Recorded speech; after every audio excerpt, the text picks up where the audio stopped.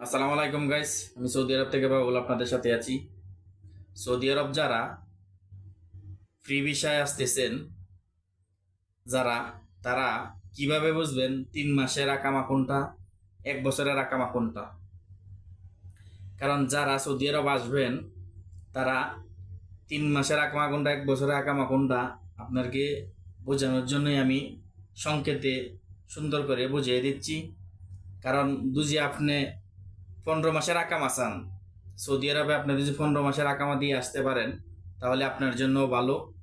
কারণ আপনি মনে করেন দেখা যায় কি, যে কোনো জায়গায় আপনি কাজ করিয়া অন্যত্র কাফেলা হয়ে যেতে পারবেন।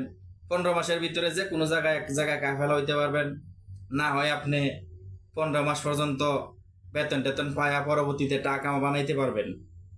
আর না হয় নতুন আয়া 3 মাসের আকামা দিয়ে আপনি 3 মাস আপনি আসলে 1 মাস 1.5 মাস জায়গা আপনি কাম বা হইতে ফ্রি ভিসা, তখন আপনি আকামা বানাইবেন কিবা?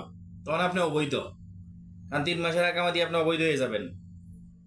তখন চিনবেন কিভাবে আপনারা? 3 মাসের 1 বছরের আকামা যেটা দেখবেন আপনারা, সৌদি আরবে 1 বছরের আকামাতে একটা সৌদির নামে 4টা বিষয় উঠে, এর উপরে উঠে না। কারণ যদি আপনার 15 মাসের আকামার বিষয়টার মধ্যে লেখা থাকবে, একটা সৌদির নাম লেখা থাকবে। যে কোনো মনে করেন দিয়ে আজকে আপনারা দেখবেন নেমের জায়গায় কি কার নাম আছে।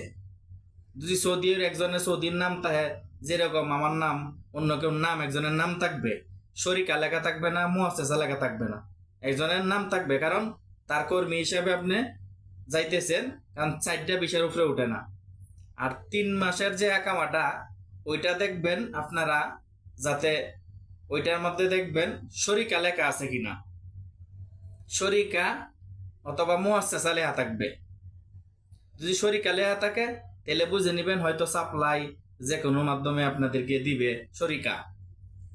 অনেক সময় শরিকা থেকে 3 মাসের আকামা, এটাও শরিকা থাকলেও 3 মাসের আকামা থাকে শরিকা লেখা থাকলে।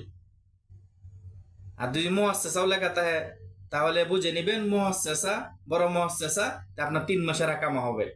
সৌদি আরব আসলে আপনার 3 মাসের বড় মুআসসাসা যদি আসেন, তাহলে আপনি পরে যে বলবেন বলে আমাকে 1 বছর আকামা বানায় দেও, এরা কোনোদিনই আপনাকে বানায় দিতে পারবে না। অনেক টাকার প্রয়োজন, কোনো সময় সম্ভব না, এরা দিবেও না আপনাকে। আর যদি আপনি দেখেন, এই যে বললাম 15 মাসের 1 বছরের আকামাটা, 15 মাসের মধ্যে সৌদি মালিকে বানায় দিব। মনে করেন দেখা যায় কি 1 বছরের 12 মাস আর 3 মাস আসবে ফ্রি সরকার থেকে, 15 মাসের আকামা। কারণ আপনি যে কোনো জায়গায় কাফেলা হইতে পারবেন 15 মাসের ভিতরে। কাফেলা না হইতে পারলেও 15 মাস আপনার কাজ করিয়া আপনি ঋণ চিন গুছায় একবার আকামাটা বানাইতে পারবেন। আর না হয় 3 মাস সৌদি আরবে আসার পরে 3 মাসের আকামাটা দিয়ে আপনি 3 মাস জায়গায় 1 মাস 1.5 মাস কাম দেখতে দেখতে, তখন এক জায়গায় কাম নিলেন, আরেক জায়গায় আপনার ভালো লাগছে না, আরেক মাস করলেন আপনার আকামা এক্সপায়ার পরে, তখন আপনাকে কেউ কাজও দিতে চায় না, কাজে নিতেও চায় না, কারণ আপনার আকামাটা এক্সপায়ার, কারণ আপনি অবৈধ মোটামুটি ভাবে। আশা করি আপনারা বুঝতেছেন আমার কথাগুলি। কারণ আমি যেভাবে বললাম এভাবে সবাই যে বলে আগে দেখবেন ভিসাটা নেওয়ার পরে আপনারা বলে 15 মাসের আকামা দিবা ফ্রি ভিসায়, কত দিনের আকামা দিবা তোমরা? যার কাছ থেকে ভিসা কিনেন, দালালের কাছ থেকে, অফিসের কাছ থেকে কিনেন।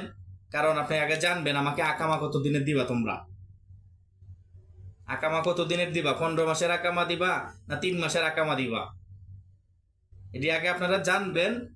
যে কেউর কাছ থেকে আপনারা ভিসা কিনেন, দালাল কিনেন, অফিস কিনেন, কারণ অফিসের মাধ্যমে বেশিরভাগই 3 মাসের ভিসা আপনাকে দেয়।